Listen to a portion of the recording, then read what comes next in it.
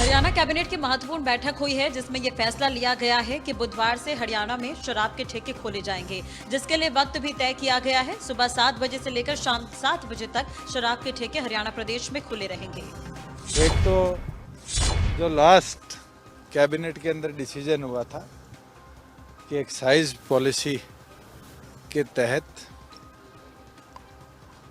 Excise department corona cess लगाए, उसके ऊपर आज निर्णय हुआ है कि जो हमारी इम्पोर्टेड लिकर है IFL, जो सारी विदेश से हमारे यहाँ आती है, उस पर 50 रुपये 375 ml से बड़ी बोतल पर और 25 रुपये छोटी बोतल पर सेस लगाया जाएगा।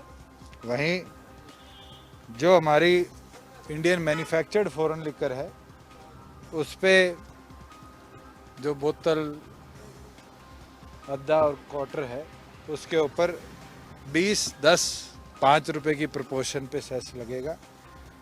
बियर,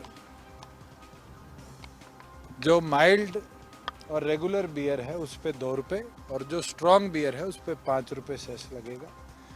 और जो हमारे कंट्री लिकर है उसके ऊपर बॉटल अद्दा और क्वार्टर के ऊपर 5, 3 और 2 रुपये सेस एडिशनल हम लगाने का काम करेंगे। जितने हमारे इवेंट्स कंटेमिनेटेड जोन के अंदर हैं उसको बंद रखा जाएगा। MHA की गाइडलाइंस के अनुसार, चाहे सोशल डिस्टेंसिंग की बात हो, चाहे स्पेसिफिक एरिया की बात हो, उनको मॉनिटर किया जाएगा। तमाम SPs और DCs को प्रॉपर डायरेक्शंस भेजी जाएंगी, और उन डायरेक्शंस के साथ साथ रेगुलर वर्किंग, क्योंकि फाइनेंशियल ईयर हमें पूरा री-इस्टेब्लिश करना पड़ा, क्योंकि हमारा 1 अप्रैल से फाइनेंशियल ईयर शुरू होना था और आज तक एक भी इवेंट प्रदेश में खुला नहीं है। तमाम हमने वेंडर्स से भी, तमाम मैन्युफैक्चरर से भी और होलसेलर से भी निरंतर चर्चा करने के बाद ये निर्णय लिया है कि उसको कल से लेकर और 19 मई 2021 तक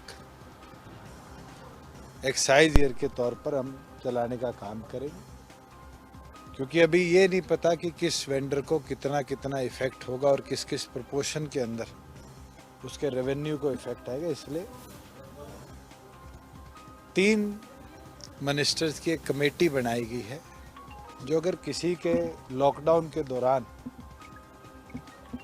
फीस के अंदर बिकॉज ऑफ लॉकडाउन कोई वेरिएशन आती है, उसको असेस करने के लिए सिर्फ अगले 2 महीने के लिए मेरी ट्रांसपोर्ट मिनिस्टर और स्पोर्ट्स मिनिस्टर की एक कमेटी है, जो उसको हर महीने की 15 तारीख को असेस कर कैबिनेट के आगे असेसमेंट रिपोर्ट देगी कि क्या हमें किसी को रिलैक्सेशन देनी चाहिए, नहीं देनी चाहिए। हमारा ये प्रयास है। ऑलरेडी तमाम वेंडर्स को ये आदेश दे दिए गए हैं कि प्रॉपर बैरिगेटिंग, जैसे साउथ की कई स्टेट्स ने करी है, जिसमें सोशल डिस्टेंसिंग मॉनिटर हो, और उसके साथ साथ किस तरीके से फेस्ड मैनर के अंदर दिन में कस्टमर्स को बुलाया जाए, उसको तमाम को देखते हुए पुलिस के सहयोग के साथ मॉनिटर करें, और कल से प्रदेश के अंदर अपने एक्साइज ईयर की शुरुआत करते हुए तमाम वेंडर्स अपने कार्य शुरू करें। सुबह 7 बजे से 7 बजे तक जो MHA की गाइडलाइंस है उसके प्रति प्रदेश के ऑलरेडी तमाम वेंडर्स को ये आदेश दे दिए गए कि प्रॉपर बैरिगेटिंग, जैसे कर्नाटका के अंदर करी गई है, उन तमाम पैटर्न्स को फॉलो करते हुए प्रदेश के अंदर social distancing maintain. Already home minister ने इसमें आदेश दे दिए गए हैं, और इसके अंदर केवल मात्र सस्पेंशन तक ही नहीं, क्योंकि एक ये बड़ी घटना सामने आई है, इसका एग्जैक्ट डाटा हम कलेक्ट कर रहे हैं, क्योंकि वहाँ एक वेयर हाउस भी था और पुलिस का खुद का गोदाउन भी था, दोनों की कोई मिली भगत है नहीं है।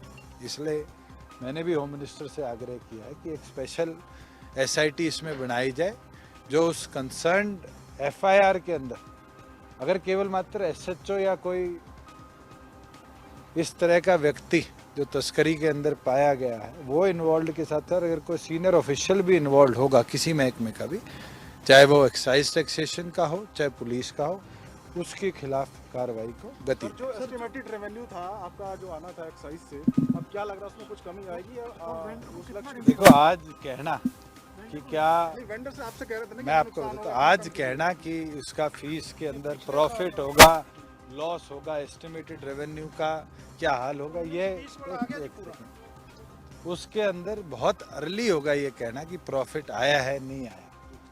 19-20 का अनुमान 6100 का था, हमारे 6200 करोड़ रुपए आया, मगर उसके अंदर 5 दिन का रेवेन्यू लॉस भी स्टेट को देखना पड़ेगा। आगे कोरोना कितने दिन चलता है, रेड जोन कितने बनते हैं, रेड जोन में कंटेमिनेशन जोन कितने बनते हैं, उसके ऊपर चर्चा करना बहुत अर्ली है।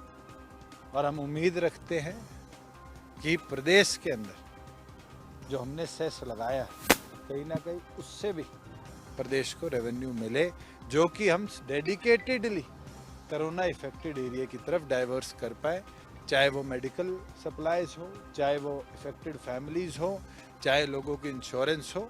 हमारा ये प्रयास है कि प्रदेश के अंदर उस रेवेन्यू को हम डाइवर्ट करें। आज कैबिनेट में जो है वो ये अमेंडमेंट किया है सर पॉलिसी में कि इतना रिलीफ वेंडर को दिया जाए, वो छूट की मांग। देखिए हमने उनको जो उनकी पेमेंट थी, जो पहले लगभग 30% वो पहले महीने में करते थे, उसको 20% किया है, और जो बचा हुआ अनुमान था लगभग 5% जो उनको दूसरे महीने के पहली तारीख से देना पड़ता था, उसको फिर प्रोपोर्शनली आगामी दिनों के अंदर डाइवर्ट किया। फीस भी कम करिए सर, कुछ फीस कम करिए। नहीं, फीस क्योंकि दिन 365 उनको दिए गए हैं, उसके अंदर फीस में कोई नहीं। और कैबिनेट में डिसीजन हो सकता है। एक चर्चा जरूर हुई है, और उसके अंदर किस तरीके से, क्योंकि आगे पैडी का सीज़न आ रहा है, फार्मर को किस तरीके से उसके अंदर हम केंद्र की जो जल जीवन योजना के माध्यम से कैसे इंसेंटिव दे पाए कि वो पैडी की तरफ ना जाए,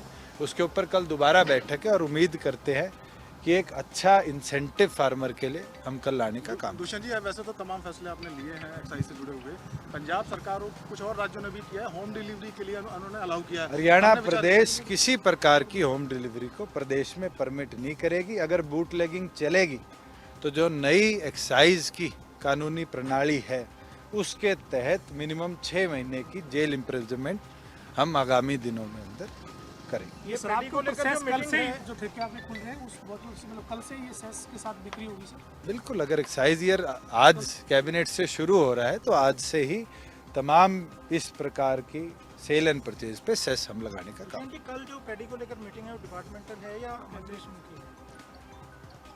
कैबिनेट में चर्चा हुई है, डिपार्टमेंट का विषय है। डिपार्टमेंट के प्रपोजल को मैं उम्मीद करता हूं कि हरियाणा प्रदेश के हम फार्मर को किस प्रकार से इंसेंटिव दे पाएंगे, पिछले साल के इंसेंटिव से भी बढ़ा चढ़ाकर, कि ज़्यादा से ज़्यादा फार्मर उसके अंदर अपने आप को कन्वर्ट कर पाए।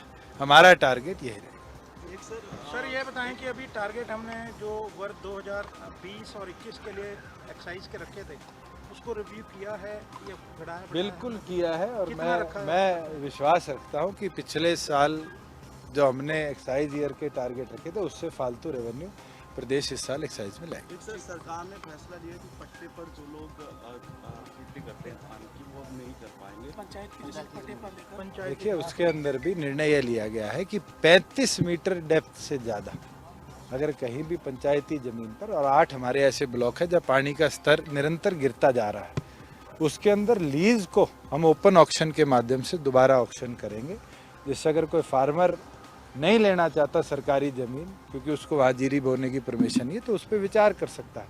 ये तो ओपन मार्केट है और पंचायतों की ज़मीन है, उसका रेवेन्यू पंचायत को जाएगा, इसलिए निर्णय लिया गया। उसका भी अगर कोई लॉस होता है तो उसके लिए हमने चर्चा करी है कि हम पंचायत को उस रेवेन्यू लॉस की भरपाई इंसेंटिव के तौर पे देंगे, कि पंचायतें भी अपनी ज़मीनों पर पैडी लगाने को प्रमोट करें। रणदीप सुरजेवाला इसे तालिबानी भाषा बता रहे थे। अरे रणदीप सुरजेवाला की डिक्शनरी में तालिबानी को छोड़कर कोई और शब्द आया है पिछले 5 दिनों से? उनकी खुद की सरकार ने किस तरीके से टैक्स लगाया है। दिल्ली की वो वाहवाही करते थे, आज दिल्ली ने 7 रुपये डीजल पे टैक्स बढ़ा दिया। क्या रणदीप सुरजेवाला ने एक बार भी दिल्ली के खिलाफ बोला है? शराब पे भी बढ़ाई सर। रणदीप सुरजेवाला जी केवल मात्र मेरे ख्याल से पिछले 1 महीने में जब से वो कोरोना इफेक्टेड एरिया से निकले हैं और पंचकुला आकर बैठे हैं, वो जजिया कर और तालिबानी फैसले के सिवाय कोई और शब्द डिक्शनरी से ले आए तो मैं उनको मान जाऊँ। इसी के साथ ही खबरें अभी तक की खबर पर मुहर भी लगी है। हरियाणा प्रदेश में शराब पर कोरोना सेस लगाया जाएगा। शराब खरीदने जो भी लोग पहुंचेंगे उन्हें सोशल डिस्टेंसिंग का पालन करना होगा। यदि कोई इसका पालन नहीं करेगा तो उसके खिलाफ कार्रवाई भी होगी।